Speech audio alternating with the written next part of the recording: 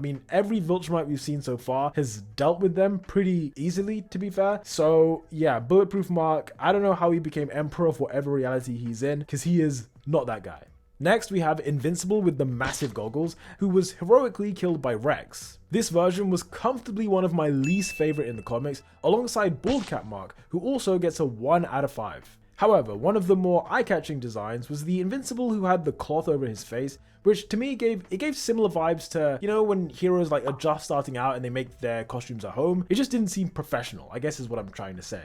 Anyhow, the Mark that destroyed London had a very similar costume to the main Invincible, but I'd actually say he improved it with the small alterations that he did make. This variant survived all 3 days of the war and eventually got stranded in the Barren Dimension, where he was eventually eaten, and we see his bones in chapter 103.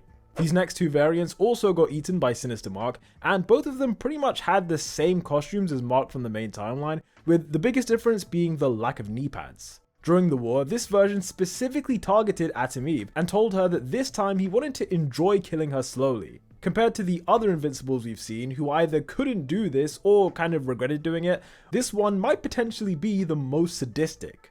Lastly, one of the final Invincibles from the war is this Mark with slightly longer hair, who we don't really see until he gets destroyed and turned into a reanimant. Another one from the war got torn apart by this Hulk looking guy, and when you examine the pattern and the colors of his suit, you know, it doesn't have any black for a start, you realize that this Mark doesn't appear in any other panels. Like, he genuinely just showed up to be killed, and that was it. He never shows up before, and he doesn't show up again. Now, before we end the video, there are 3 bonus Invincibles I briefly wanted to mention, and the first is Executioner Mark, who, after taking over the Earth, gave all of these civilians a true Viltrumite execution. The next Invincible comes from a timeline where Angstrom Levy was a police officer, and he tears through 2 of Angstrom's colleagues and then decapitates the 3rd. This variant in the back of the room killed Angstrom's wife in a different timeline, and although he was never in the comics, it seems like the show has added him and tried to make him part of the Invincible War. One last thing, if you've seen the show Scavenger's Reign, there's an apocalyptic timeline in Invincible where Angstrom kind of dresses like that, in which yet another evil version of Mark and Omni-Man have taken over the world.